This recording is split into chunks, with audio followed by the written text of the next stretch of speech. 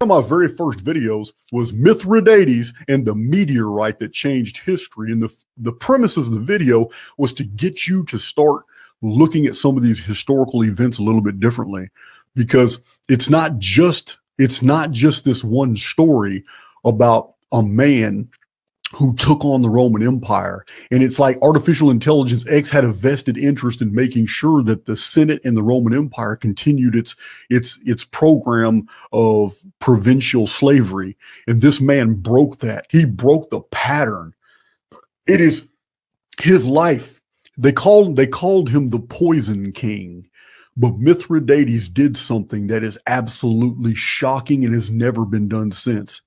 He delivered a crippling blow to Rome and did it without an army.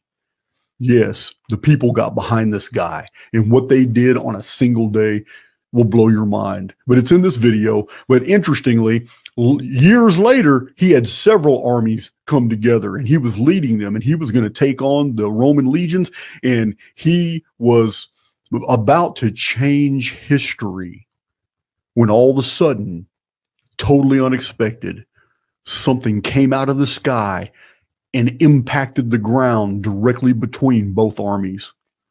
Now, a lot of historians want to say that's just a coincidence. Meteorites happen all the time. I'm telling you it's not. And I give many examples throughout my channel of other instances, even in Chinese records, where armies were about to come together and all of a sudden a rock fell out of the sky. Or a freak tsunami stopped an invasion from happening. Or a flooding river, or a river that was dammed up in India, was dammed up for months, and it created a reservoir. And one day that reservoir broke free just as an army was passing over that same dried out riverbed hundreds of miles downstream and took them out. Listen, this happens way too many times, and it makes us want to reinterpret what exactly is happening. Why the interference? So I'm not going to give you a lot of details on some of these videos. I'm going to tell you generally what they're about. Every single video that I'm talking about right now, the link to that video is in the description box, in the order that I'm giving this presentation. But these videos were done. They are archaic uploads to get you to start understanding, listen, history is not what we think it is. There has been direct manipulation in the affairs of human events. They are not random. So anyway, another prime example, if you look on the screen, you'll see the Black Death, Extermination 1347. There is a lot of historians that have written about this period, but they don't tell you what the original people who lived during that time were writing and saying. In this video, you won't hear about rats coming from China with the plague on ships. You're going to hear about some very strange phenomena that was occurring in the skies, even far inland, way away from shipping ports and all that.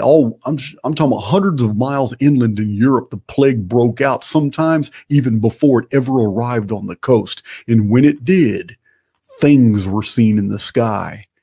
This begs the question, who's rewriting our histories and omitting these references? How come it's so hard to find these references of actual reports? Because I found them, of actual reports of what people saw in the sky when the Black Death plague began to kill humanity.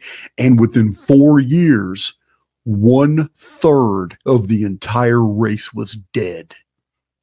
It's something that needs further investigation. This video will open your eyes up to about things that are in our skies. They have been described again in our time. They have been seen and recorded many times. This third video, if you look on the screen, should say insect storms from a simulated sky. Now, this video is very strange as well. I basically read for you the historical reports that anybody can verify of an anomaly that was acknowledged. Now, in this video, I'm explaining that when the collective introduces a phenomenon, the simulacrum will respond. What happened was, it was noticed not only by the scientific community, but it was also noticed by the laity, the government workers. It was noticed by the common people, everybody in the United Kingdom at the time. It wasn't called the United Kingdom then, it was the 1860s, 1870s. They noticed that all the bugs were gone. And then the rodents in the rodent population was diminishing. There were no insects, and people noticed this, and there was even newspaper reports about that. In this video, you will find out what happened. What happened is astonishing. It is absolute direct evidence that our reality or somebody on the outside of the construct responds to basically the data that is projected from a collective that recognizes there's a problem. And then the holography itself tries to produce a solution. But because it's almost like a childlike response. The response to the problem was overkill. What happened will blow your mind. What fell out of the sky in rivers and was documented by sea captains will blow your mind. This is insect storms from a simulated sky. In a natural biosphere, what this video conveys could have never happened. But we don't live in a natural world. I tell you guys all the time, our world is not what you think. That's another video for any of you to investigate that are new to my channel and you don't understand that a lot of these older uploads contain the data dumps. You know, I mean, some of you are coming to Archaics with a lot of baggage, and you weigh that baggage against the things you hear in the podcast and the live videos, my interviews with other people, not understanding that we've already covered many bases for which you didn't even know existed yet. My Archaics veterans in this chat will know, they already know. But if you're new to the channel, it's really easy to get triggered having no idea that there's a massive amount of information that supports the Archaics premise. It's just being ignored because the videos are so old. Now, we're going to move on to a more modern video. Recently, in the last 4 or 5 months, I had posted a video, super constructions hidden in our sky, and I show medieval woodcuts and things, and I promote a theory, and I promote this theory through several videos where sometimes the power source that provides the holography, the holographic overlay for our sky, shuts down or suffers a reboot. And the period between the shutdown and the repowering, whatever it is, allows humans to see what is really up there. And I have a theory, and it's supported by a lot of material that there are hidden apparatuses. We can call them machines, technological relics, artifacts, whatever you want to call them. But there are super constructions hidden in our sky. And sometimes people have recorded what they sound like. And we've had all kinds of instances in modern times of skyquakes and odd rumblings on clear blue sky days and strange anomalies with the stars when certain stars are blotted out and we don't see anything apparent in the sky, but we can't see the stars that are supposed to be there. There have been instances where people have photographed things that the human eye cannot see.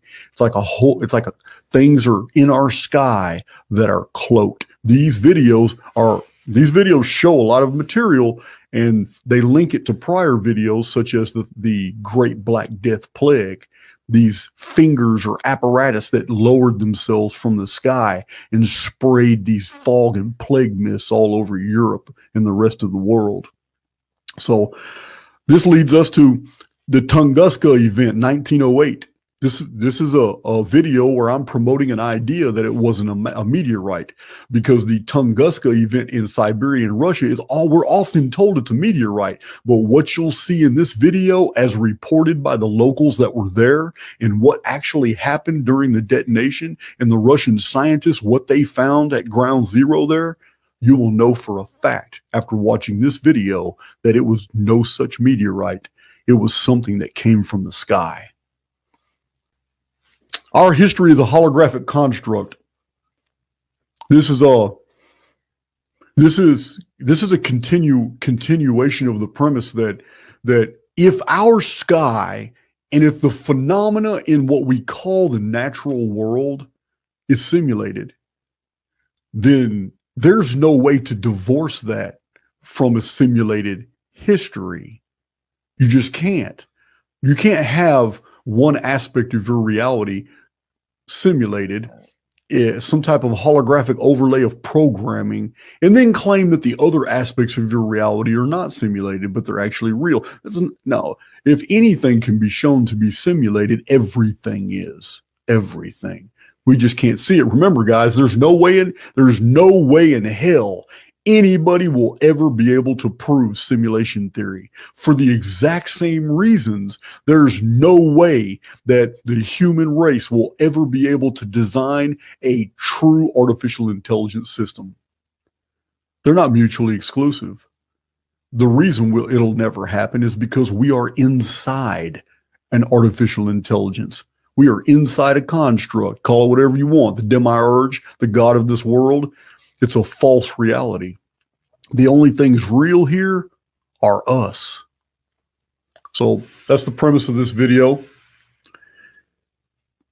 And this false reality has defense protocols. It has defense mechanisms. In an older video that I'm really surprised hasn't got a lot more traction because it is data packed. I have a video, 1947 Roswell, The Deception Begins. I go in deep. It's like there's two parts to that video. But I show that reality itself has defense mechanisms inside it where it will promote ideas and create situations that really throw humans off the scent.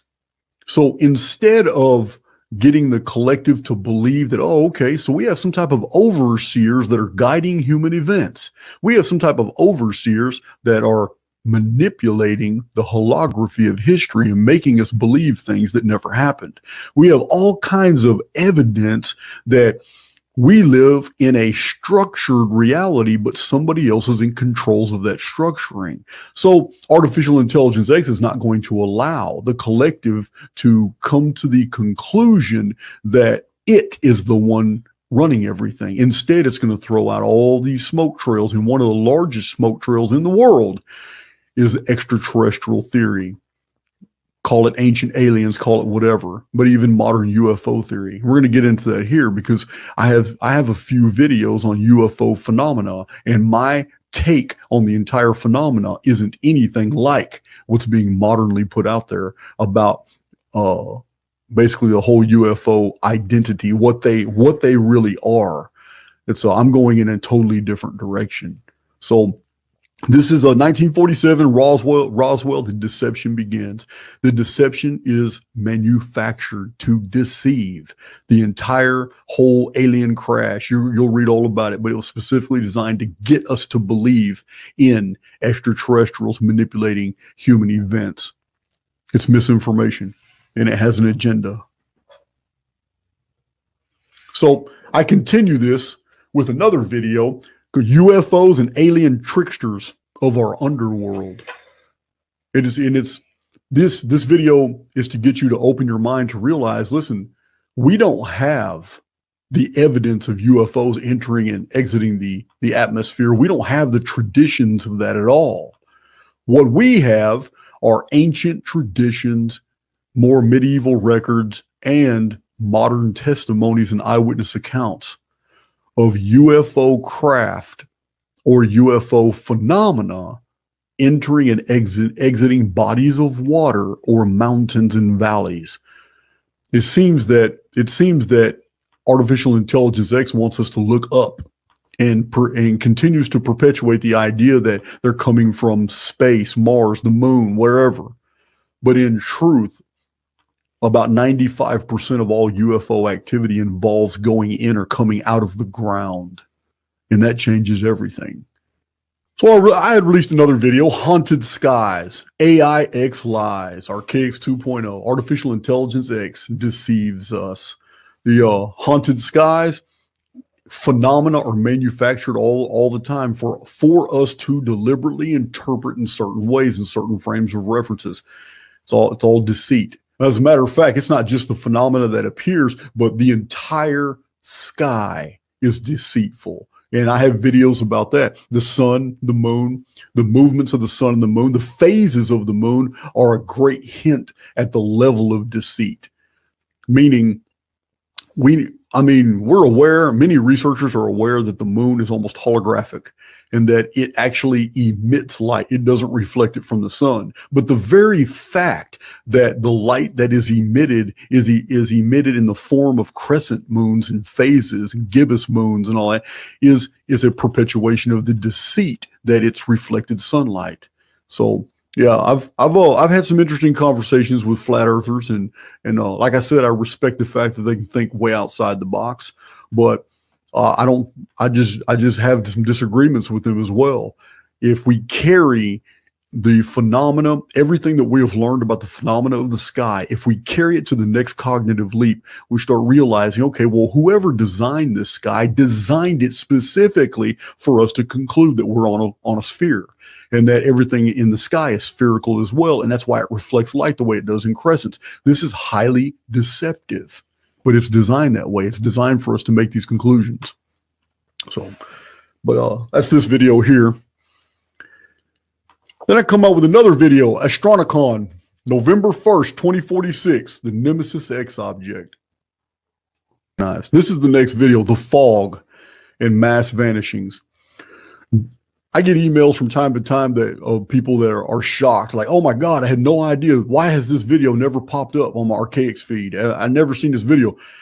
But I go into detail in this video about the Bermuda Triangle and the Devil's Triangle, what's really happening, the phenomena that's going on, why we have derelict ships, why these vessels are vanishing and disappearing just in this one little area of the world, and then the antipode on the other side of the world, another triangle called Devil's Triangle. So the fog and mass vanishings, like Malaysian Airlines, there's more evidence that the Malaysian Airlines jet went up than it ever did coming down.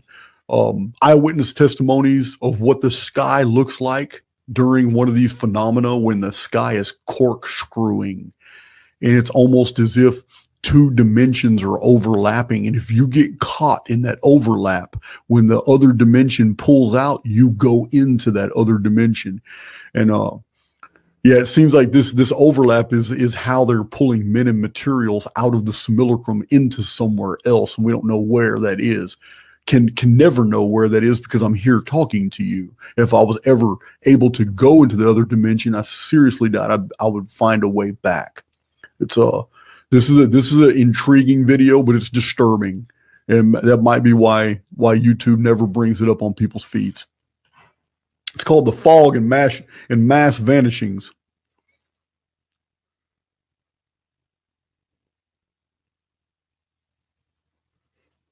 So we have all this phenomenon. I have a rant from a long time ago. Weathermen are the worst. In this rant, I was explaining that we can't live in a natural world. There's no way. The sophistication of our sciences and the scientific apparatus that we have designed today, the hundreds of thousands of brilliant minds that have come together, if we were living in a real world with real natural phenomena, there is absolutely no way by this time, using all the algorithmic systems that we have developed today, that we would not be able to accurately predict the weather. But that's not what we find. Weather prediction is almost total bullshit. What we have are Doppler radar systems spread out everywhere, and they're reporting what the weather is in real time. If I'm in Willis, Texas, and it's sunny outside, but the radar systems in Houston and Galveston show thunderstorms, and they know the trajectory and the wind speed, it's not even a prediction. It's just a saying that, oh, okay, well, Willis, Texas is gonna get hit with thunderstorms and rain, and because they know it's already heading north and it's from south of Willis, Texas. So it's very easy to say they're predicting the weather and all that, but they're actually just looking at radar charts that are showing the trajectory of phenomena. And often they are absolutely wrong. As soon as they say something's gonna happen, it changes its trajectory, or the humidity completely fades away and there's no more rain. The clouds gain elevation. Some of them dissipate. It's so strange. Yeah, weathermen are the worst. They get paid a lot of money for being wrong all the time, but that's not how it should be. They should be pretty dead on accurate instead of telling us excuses almost every single time why their predictions are wrong. And that excuse always involves, oh, it's a low pressure system or a high pressure system moved in the area. They're always going to give us excuses. But why didn't you predict those pressure systems? Yeah, we live in an artificial construct, and whoever's controlling it, they have their own protocols, and weathermen don't know what they are.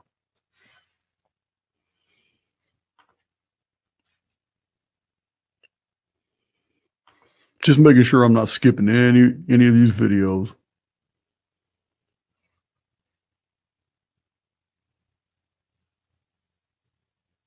That was whole Tunguska event. All right, so returning to Astronomicon, November 1st, 2046. Remember, I told you in this video, I'm not going through no Phoenix material.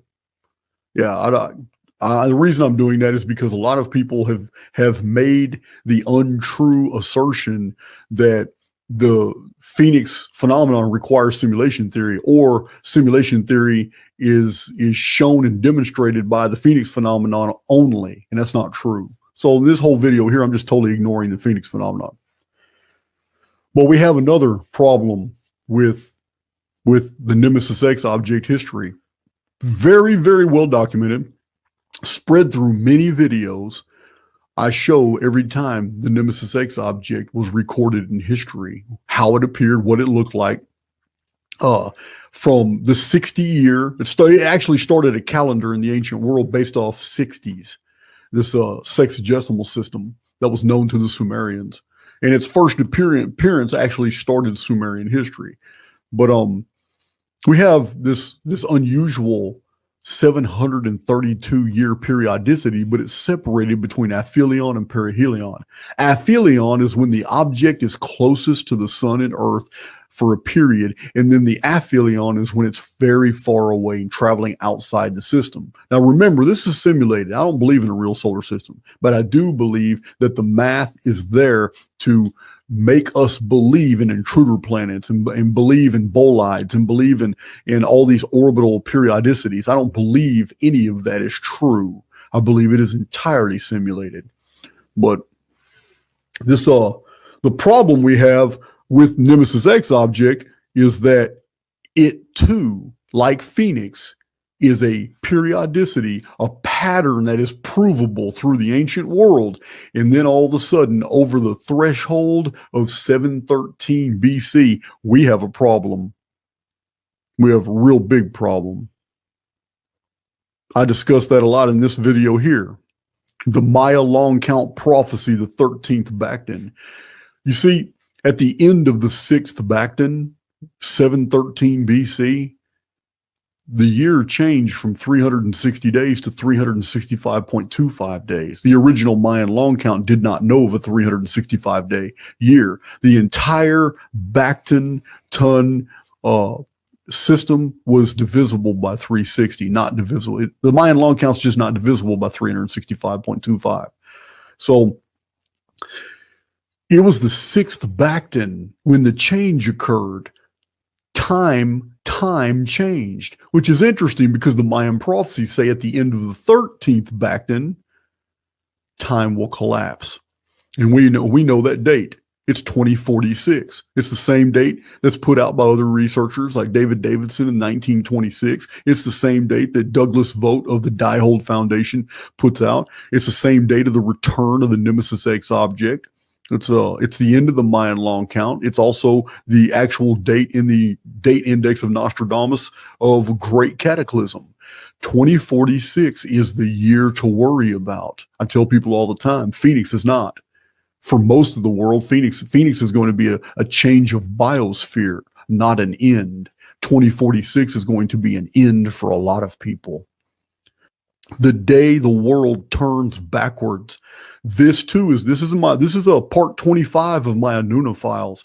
This is another video that shows this is unusual. If the year changed, then how did this object, Nemesis X, continue to reappear on the original timeline? Just like I told you guys on all the Phoenix videos, we have the same problem, because it can be conclusively shown that the year was 360 days and no other year was known. It can be conclusively shown that in 713 BC, the year changed and it was recognized, and all around the world, they changed it to 365 days. Later on, they modified it to 365.25 days. This is all very, very easily to show, and I do it in my published books. Emmanuel Velikovsky provides a lot of information on that. I do it in my videos and my articles. But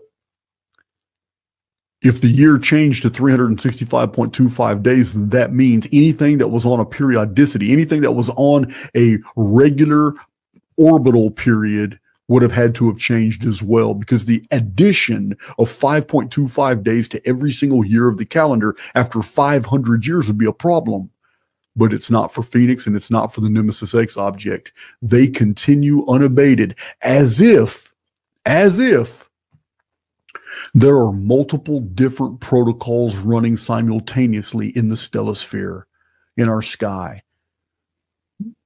Only in a holographic construct can two mathematical constructs coexist. This is what's happening.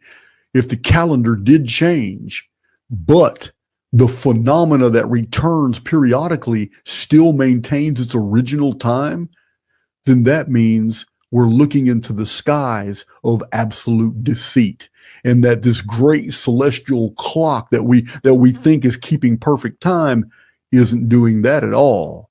It's lying to us. So what is keeping perfect time are the objects like Nemesis X and Phoenix that have appeared before the change of the year and continue to appear after the change of the year. So what's happening is 5.25 days are being added to every single year by something in the construct, because they do not belong. Somebody has unnecessarily added a lot of time to our confinement. So that's another video that if you want to look into the 2046, there's several of them, like this one here, the orbit of Nemesis X object, Nibiru, destinations end 2046. This is part 24 of the Anuna files, and it too goes into a lot of depth of the materials that I'm telling you right now, that they're very demonstrable. We can show them from the historical record, we can show them with a calculator, but they still can't be true. Only as programming can disparate realities coexist, and this is what's happening. I have an old video that I remastered, and a lot of people liked it because I did a new voiceover on it. Dark Realities Remastered. This video is a synopsis of basically our reality according to Archaics. It's not deep, but it's very, very specific. It's a bullet point presentation where I'm just itemizing all the facts going through. This is the world you live in. This is what's happening. This is why it's happening. This is where you are. For those who want to get into that, it's called Dark Realities Remastered. And another good video. This one was a rather long one. This is how I launched Archaics 2.0, where I was going really deep in calendars. Forgotten Calendar, Episode 1, Archaics 2.0. Again, I'm showing that history is holographic. I'm showing that we have all these historical records. We have the receipts. We can show you chapter and verse where all these things are mentioned. How they're even supported in archaeology. They're supporting in other traditions, comparative mythology, all these different sources. They're even supported by a calculator. And yet, what we're reading can't be true. These historical events could not have happened so mathematically precise. Not in a real world. Not in a real world where chaos is the norm and randomness is basically the template by which everything unfolds. That's not what we find. We don't find random events in history. We find beautiful mathematical connections, patterns, palindromes, all these different sequencing. What we're looking at is protocols. We're looking at the effect of coding. And that's what these type of videos go into that data, that calendars are coding. Here's another one here. This was my doomsday. I think the title is Doomsday Calendar. But this too explains all these different calendrical systems from the ancient world that are still operable today, and they highly focus on the year 2046. So this is something you might want to get into. This one is this video, the Doomsday video 2046. This is the video for those who want to get deep into the data and know what happened each year from like 4,300 BC all the way up to 2046. All the major cataclysms, all the things that we've documented. Now, it doesn't go into small local earthquakes and volcanoes and all. These are the major things that have been recorded throughout history and how they fit mathematically perfect on this timeline.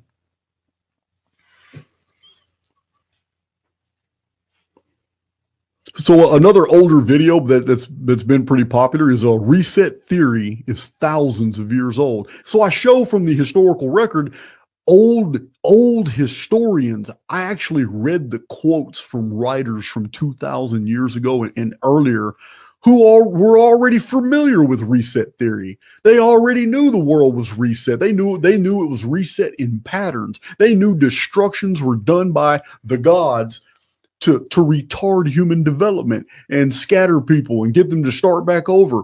Yeah, this video here has some very interesting quotes. I'm pretty sure some of you guys aren't familiar with like our Arnobius and other quotes that are in here by ancient writers that knew and understood. You know, Lucretius is one of them. Pliny's another.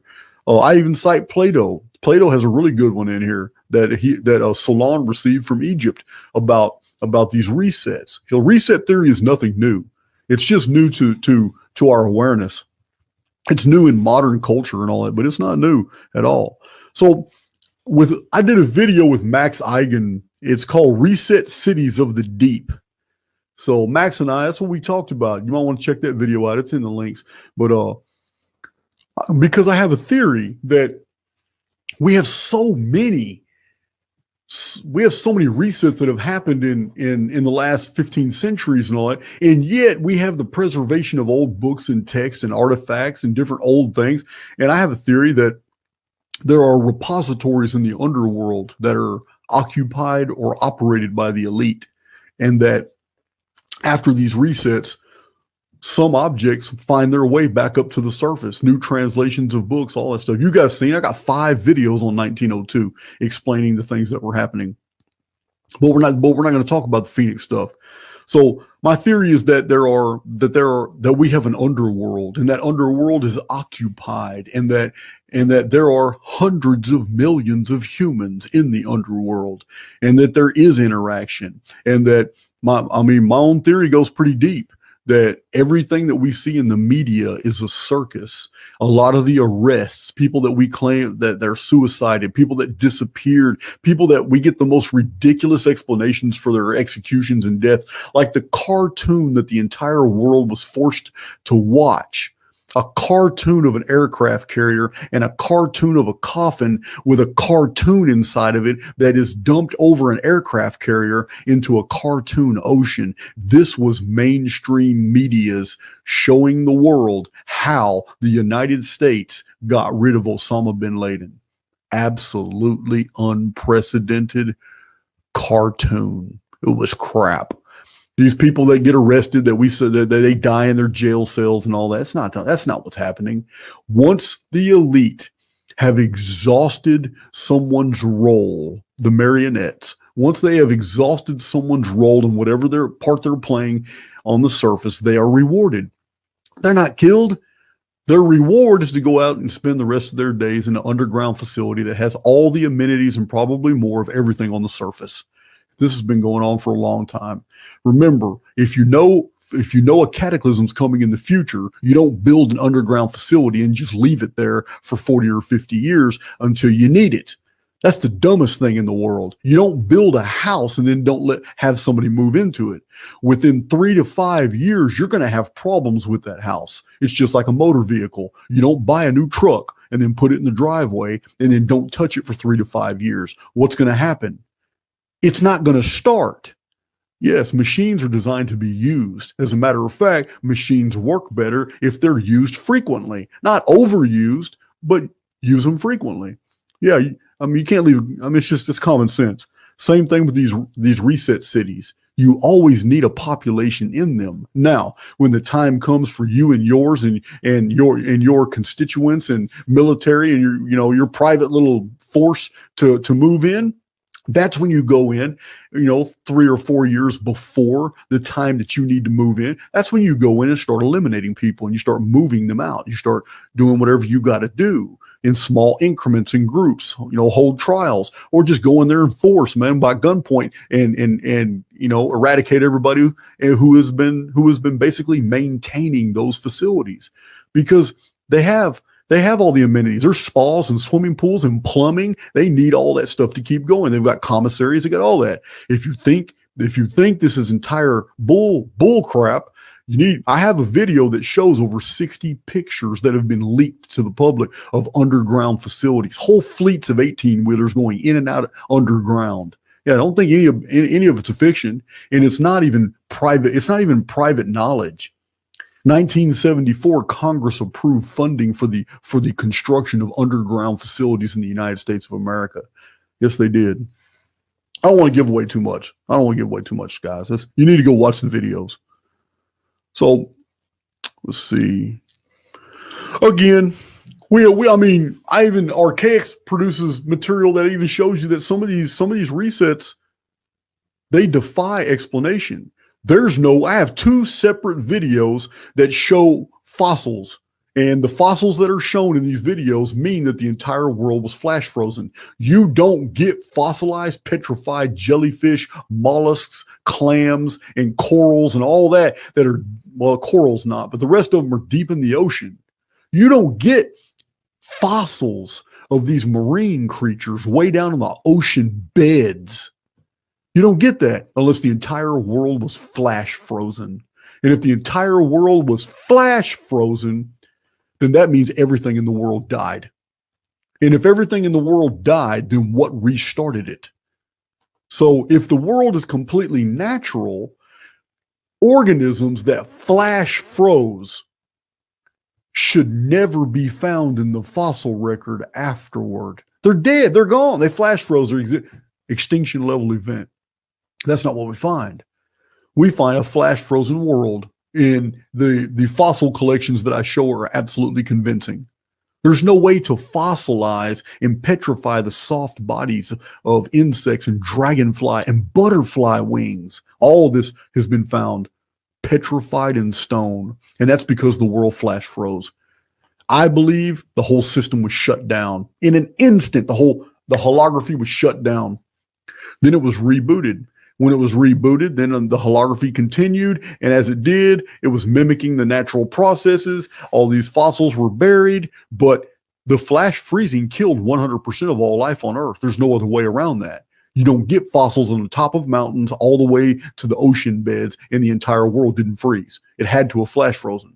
So if that's the case, then how did all the exact same life forms reappear and continue later on? Because that's what we have as well. Many of the creatures that are found fossilized are the exact same creatures that are alive and well in aquariums today and in the ocean today, can be found in nature. There's no differences. So theory, evolution, uniformitarianism, it's all BS, but something happened. Here's fossil dragonfly wings and simulated destructions in prehistory. This wasn't my only video. I do have another. Oh, here's another one that was more recent that has a lot more fossil evidence. When the whole world froze. This is another video. I think I put this one out like 2 months ago. But it's the same premise, but it shows a lot more images than the first one did. But the first one did explain the process and the anomalies a lot better. Because the second one with more pictures was just an overview. That's all it was. So in the simulated world, we get like the movie Tron. The movie Tron was on a flat plane. It was a grid. And as they were on their little Tron cycles or whatever, the world would come up and be built around them, and they'd have to go through obstacles. Well, this is a very primitive way of showing the world that we have today. There are mathematical exercises and different optical demonstrations that can show that we live on a flat plane. But as I have told many of my flat earth brothers, that doesn't make me a flat earther. I am not a flat earther. But I do agree with you that your demonstrations are absolutely 100% correct. We live on a flat plane. It's because it's all simulated. It's a simulated world. And the world I'm standing on is a surface. It's completely flat. But the optics show me that it's spherical. The sky perpetuates that lie. Everything in the sky hints at curvature, but it's not there. It's all illusory, every bit of it. I don't believe we live on a world. I believe we live in the Simulacrum. And the Simulacrum is a very, very advanced holographic multi-tiered overlay of programming that interfaces with the central nervous system, making us believe that we truly are inside of a world when we're not. So that's I think I got another video on flat Earth and showing the correlates. I'm not really sure. But let's see this real quick. So that was the reset theory. That chat's moving pretty fast, isn't it? Okay, there it is. There's the other one. Flat Earth versus Simulacrum. Here's another one you may want to get into if you've entertained. Because listen, I'm not trying to offend anybody or even steal your paradigm. You want to believe in something, by all means, do it. It's just, I'm telling you from my perspective, based off all the material. All I want to do is get down to the truth. Now, I have reviewed a lot more material than the average person, so my guesses are more educated, but it doesn't mean I'm right. But in my vantage point, flat Earth is a stepping stone. It is not a conclusion. It's not a destination. Flat Earth is a stepping stone, and there's only one other stone to step on after that. And in my opinion, that stone is a construct, meaning we live in a simulated environment. So you may have a totally different conclusion, and that's okay. That's okay, because archaics, the whole entire massive amount of information put out in archaics, this isn't me trying to force my beliefs on anybody. This is me showing you that I've actually done the research and that these are my conclusions. You can buy into them if you want to and look further, go in other directions. I encourage that. But I don't want to cross-pollinate my own conclusions and research with that of others. And this is why you don't see me going to other channels and borrowing from them and getting their information. I don't do that. I don't have a single video where I've gone to another channel and showed you, well, here's everything they say. And this is how I interpret it. I'm not going to do that. You know what I mean? What Archaics is about is providing you a forum to get information you wouldn't ordinarily have received. And you can do with it what you want. You can also go to other platforms. You can see their research. And whether they like me or not, I got a lot of enemies, guys. But listen, you can go to other platforms and you chew it all up and spit out the bones. And if you, by virtue of your own research, can absorb the Archaics data and still find value in all these other people's research, that's good too, because they've got some good material out there. Everybody's got pieces of the whole. That's what it's all about, putting together our paradigm based off the informations we accept to be true. I don't have all the data, but the data that I do have will stay and remain compartmentalized. It will remain separate from others. I'm not going to be guilty of cross-pollination. It's just not going to happen. So let's see. So all this research, it goes into different avenues. And believe me, this is only 40-something videos that I'm talking about in this video. I'm almost at 400 now. So I'm just selected those that where you can get information so you can maybe start seeing the reality the way I see it. In this video here, it's simulated worlds within our simulated experience. existence, excuse me. I'm showing a video game. I'm the one playing the video game, and I'm recording it so you can see. But it's not even about that. It's about if humans have the technology that we can create pseudo worlds and then enjoy ourselves in those contexts, how much more do you think that we on the outside with access to hyper advanced spiritual technology wouldn't be able to create a simulacrum environment, which is just programming, and then inject our personalities into it by virtue of that programming being so sophisticated it can bridge the psyche with the simulation. I don't find that hard to believe. Now, when video games are getting more and more and more interactive and getting more and more believable. So yeah, this video is just an example to get you to start thinking along those veins. So in the course of here's another underworld, libraries of the deep. This video continues my theory, and I give all these ideas about. Listen, we have all these texts and translations and books from the ancient world, and they seem to be released to the public in spurts. And to me, it seems like there is a okay. So to me, it really looks like there's a group, call them the elite. Maybe the elite's in multiple groups. There's different tiers, whatever. But people are preserving important texts and artifacts in the underworld. This is just another video like the one I did with Max Eigen that promotes this idea and why I believe that. Libraries of the Deep. There's 3 of those videos. Those are 2 right there. I don't remember. Here's another video I had done. It's one of my very first videos. My very first. The title is The Heavens Lie. So that's one. We've already moved on from that topic, but you can go check that video out. The links are in the description box. Those of you new to the a lot of people have joined since we started. So those of you new to the conversation, every single video I'm talking about is about simulation theory, or that we live in a construct from some perspective or another. And then we're doing this entire video without mentioning the Phoenix phenomenon, using any of the evidence from the Phoenix phenomenon. Not a single Phoenix video. So, and this too is not totally conclusive. It's such a huge topic. So, all right, I want to see if I have eliminated all these. In this video here, the pendulum reality, I go into isometric projections.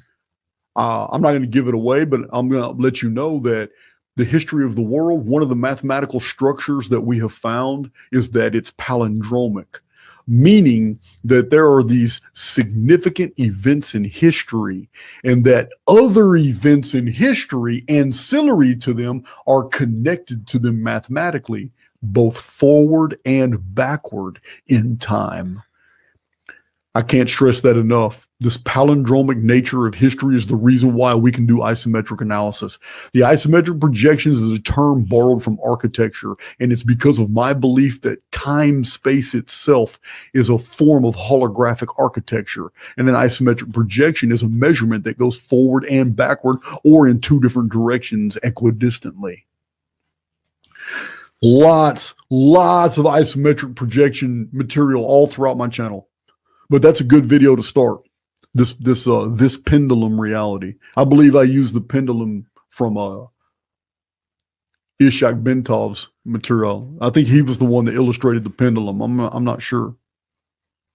So I do videos with different people when especially those I find that demonstrate to me another facet of simulation theory, like Logan of Decode Your Reality. Here's the first video he and I did. So what's interesting is that if everything is coding, then there should be all different types of methods by which an observer will be able to find fractions, pieces of that coding that will make sense to him. You can call it astrology, you can call it gematria, you can call it reading tea leaves, whatever. Well, Logan has found a way that's very consistent.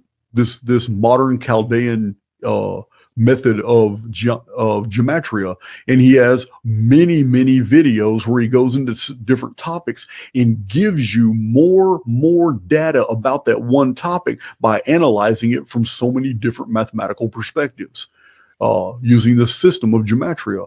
Now, because this system of gematria is fixed and you cannot change the value the values that are being used, that means it provides us value. Is that my method? Absolutely not. Do I think it has value? Of course it does. He's told me things that in our video presentations that were very interesting. I was like, wow, I would have never made that connection, but I see it now. So it's not my type of research, but I value it. So I went and did another one with him. That was the first one. Then I did another one with him, Simulation Theory 2. I think I've done 3 videos with Logan, or I did 2 with Logan, but with Santos Bonacci, I did 2 with him too. So actually Logan and I have been on together 4 times. I just emailed him the other day. Well, he and I will be doing another video pretty soon. But yeah, it's there's all different types. Just like Henry Cornelius Agrippa said, there are all different types.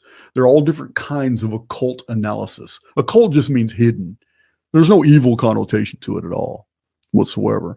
So if I take, well, here's another good one right here. The Anuna Files, Part 7, Civilization Appeared Out of Nowhere. So just like there's resets, just like we have so many different people talking about mud floods and all that. Well, I have noticed not just these weird resets where the entire world was destroyed, like I showed you in those 2, the fossils, but we also have sudden appearances of civilizations that are inexplicable. Where did they come from? Where did they bring that language from? How come we have no historical records whatsoever, the existence of these people? And all of a sudden they appear in the historical record, and they don't just appear, they're not in the background to other civilizations. They appear, and when they appear, they're running shit.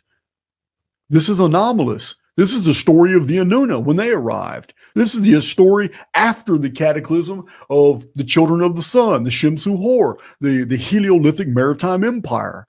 So we have these anomalies. And what I find interesting is I don't remember which video I quoted it in, but it's in my Chronicon notes as well. There's a book I read from the 50s where a historian actually said that we have evidence that it's almost as if reality itself just suddenly, instantly, flash creates a whole civilization and culture. And that within 2 or 3 weeks, they are not discombobulated anymore. They know exactly what they're doing. And this author, he even theorized that their histories and their memories were programmed. This is astonishing. It's in one of my videos. I quote who the guy is and what book that was, but that's astonishing. I have never been able to get that out of my mind. Remember, Oliver Wendell Holmes, I'm subject to it just like you are. When the human mind is stretched by a new idea, it can never go back to its original dimensions. Yeah, that's what happens. Right? So that's exactly what happens. So that video shows that, look, just like resets occur, 1902 is the same way. There's no way anybody can sit in front of me and make sense of the data that has come out of 1902. Yeah, it's taken me 5 videos to barely scratch the surface. I really need to spend about 3 or 4 weeks going through thousands of emails that I've received in the past 9-10 months and go through all that and just pull out all this information that people have sent me about 1902 from their local areas. Shock you. It would just shock you. I'm overwhelmed with the 1902 data and haven't even had a chance to release all the new stuff. It's just crazy. Yeah, it's sudden disappearances of cultures and civilizations seem to be the norm, but at the same time, so are sudden appearances of cultures and civilizations on the world scene. History is being edited. Not being edited out, that happens too. I'm talking about history is being edited. I take all these teachings, I take all these observations, and I provide you guys all this material, and it allows me it allows me to offer other scenarios as to ancient phenomena, such as this video here, The Origin of Demons. Subtitle is Mature Audiences Only. And I said that because some people will get triggered. Some people were offended by the video. So what I mean is we have an interpretation of demons today, poltergeist and genie and all that, from a religionist vantage point. But there are a lot of people in the world today who are not religious at all. I used to be, but I'm not at all. Now there is of course the distinction of someone who is spiritual as opposed to religious. We all know that difference.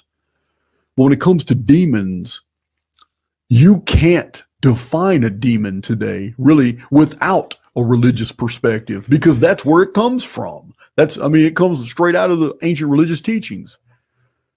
But I think you can now, because if we live in a construct, then a demon to me would be no different than me. I'm an intelligence. I no longer believe that I am an avatar. I am not this flesh suit that you see right here. This is just a vehicle for me to move forward. Now, as far as the origin of demons goes, if I'm going to believe that I live in a simulated world and that I am an intelligence that was introduced into this world by virtue of solving a mystery, growth, I volunteered, whatever the circumstances are, it means that the real me is on the outside of the construct. And if the real me is on the outside of the construct, but the aware me is on the inside experiencing all these things, then I have to necessarily conclude that if I'm going to believe in the existence of disembodied intelligences like demons, then I'm going to have to assume that something happened on the outside of the construct that made them lost. They were not able to experience a life sim and whatever, move on to the next avatar. The system of life and death that I'm going through right now, living in life sims, for them was broken. But it couldn't have been broken in here, because it doesn't matter how you die. It doesn't matter if it's war, if it's old age, disease. It doesn't matter if it's suicide. It's still an exit from the avatar, but the awareness moves into the next avatar. Something for these people, though, and they're people just like us, something else happened. Something that has some wide-ranging implications. What happened to them happened on the outside of the construct. And when their awareness was disengaged from their avatar on the outside, they were trapped here. You need to go into that video to hear the full premise. So in a nutshell, having made all these conclusions and including the Phoenix phenomenon with these and many of the videos that I didn't have time to really to add here because it would unnecessarily make this video long, it makes me draw other conclusions about who we are and what we're capable of. If reality itself is this beautiful holographic magical construct, then there has to be different ways that we can take advantage of that. And that's what this video is about. The magical architecture of our reality. What is that? Everyone at the gas station has to hear you? I don't even understand that. What? Yeah, I just read that comment because it had all of them smiley faces on it. The magical architecture. Oh, they probably just had their Bluetooth turned on in the vehicle and had it turned up at the gas station. Oh, so that's cool. So the magical, if reality has this magical base to it, and I believe it does, I've read a lot of good literature on that, then I have to necessarily conclude that I'm able to work with it. And that's what this video was about. There is a wizard within you. I know for a fact a lot of you have never listened to this video because I can look at the analytics and see. Now, if we live in a magical structure, then there's going to be ways that we can capitalize off that structure. If we have a self-awareness of our place within that structure, then we should be able to manipulate the holography to our advantage. This is the core conclusion to all the archaics material. It's not the doomsaying. Over and over in my We Immortals playlist, this is the teaching that I'm giving you the most. It's that we are co-creators, and that as a co-creator, we have two choices at all time. Every time you wake up in the morning, there's two choices. Do you want to build and use the free builder protocols of the Simulacrum that will reflect back to you anything you project? Or do you want to live in the collective that day and be bitter and just do the same thing you did the day before and then complain about it before you go to sleep and go to sleep on that vibration so you wake up on that vibration? And as a member of the collective, you're in stasis and get nothing done. Or you can recognize the wizardry within and start doing some really amazing things in your life. So that's what simulation theory does for me. It frees me from the chains of the past that have continually told me that I have to be this, I have to be that. I can only move forward at this time. I'm not allowed to ascend to this level. It says the past is not a precedence for the spiritual individual, but the past is a predicate for the future for the collective, because their events are fixed. Their fate is fixed.